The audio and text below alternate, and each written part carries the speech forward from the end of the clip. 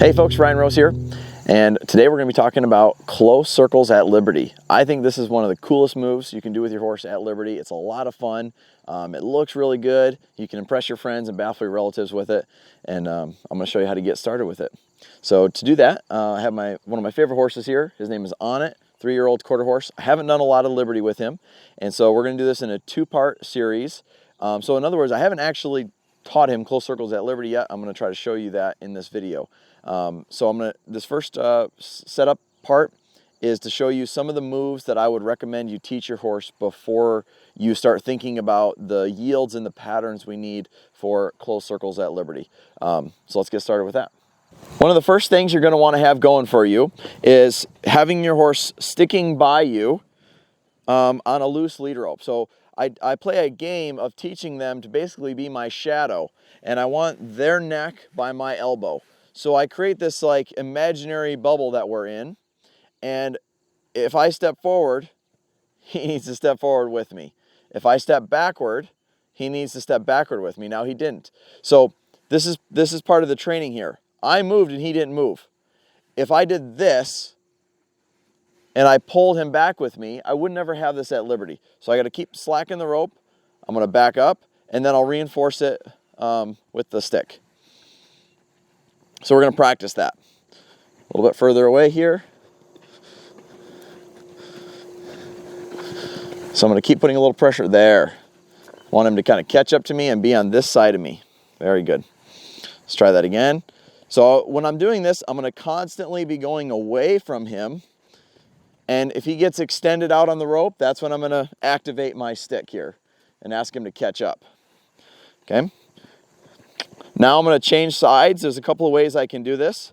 I'm going to pass the rope behind my back and turn completely away from him and ask him to come find me. So in other words, I want to practice deliberately putting him out of position and then asking him to get back into position. Now anytime I feel contact on the end of that rope, I'm going to add a little more pressure with my stick, and then once he catches back up to my elbow, I'm going to let him get relief. You can see him licking and chewing here. And some of you might be wondering about this interesting halter I have on him. I saw a cowboy guy down in Texas making these, and I thought it looked kind of cool. I thought I'd give it a try. So I'm just experimenting with it. I believe his name is Joe Tibbs, if anybody's interested in searching that out. There we go. That's feeling pretty good. Okay, so that's part one. Is your horse kind of following you around and staying with you and being your shadow at Liberty? Now the next part is, now I'm going to turn and I'm going to face him with my belly button. This can be intimidating to a lot of horses. And again, the big key here is I'm going to try to keep slacking the rope. So I'm going to point my belly button towards him. Now I put pressure on, he immediately thought to circle. So I'm going to change positions with the stick and then redirect him to put his head on my chest. That's the goal, is to end up right in this position. So I'm going to practice this on both sides. I keep the rope and the stick in the same hand for this. So he's getting out in the end of the rope. So I'm going to add a little bit of stick there. Very good.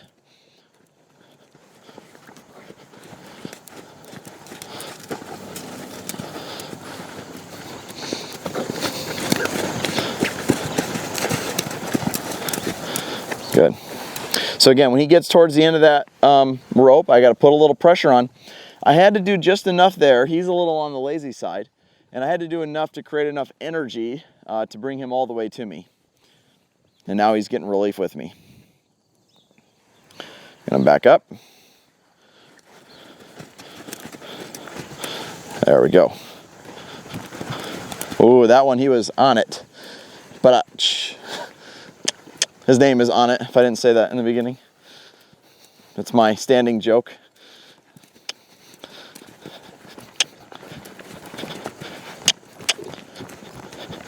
Gonna get a really good quad and glute workout while you do this. That's free. No extra charge for that.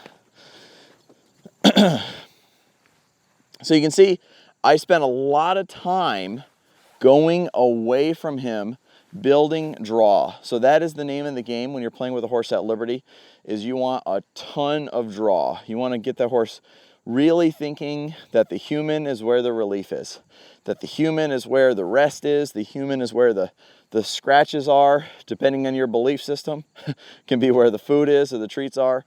That's personal preference. I'm choosing not to use them today. I'm not going to say that I wouldn't use them, but I typically use them more to identify a clear cue or when a horse is a little further along. But here I want him, so in other words, I want him to understand that when I put pressure on with the stick, he doesn't have to run away or get scared. It means come to me more. If I had treats and he was coming to me off of the treats, I probably wouldn't have that opportunity to teach him that.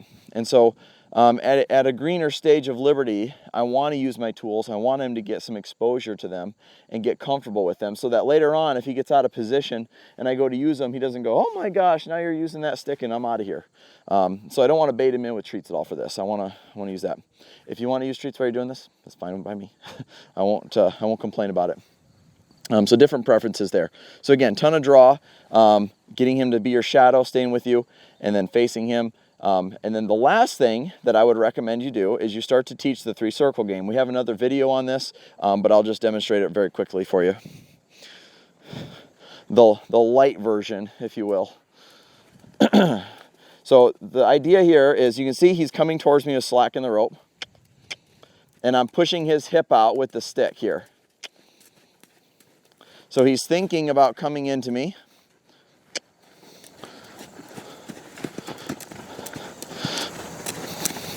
Now there, if we were at Liberty, he would have just left. Now here he's staying with me because you can see there's slack in the rope, and I'm pushing his ribs out on the circle, changing directions by drawing through. Everything is about draw. I'm not pushing him away from me. I'm pushing his ribs and his hip away a little bit, but that's just to bring his nose towards me. Very cool. So these are the 3 things that I would make sure you have down pretty solid before you try a close circle at Liberty. Hey guys, thanks for joining us. I appreciate you guys watching. Stay tuned for part 2 of teaching your horse close circles at Liberty.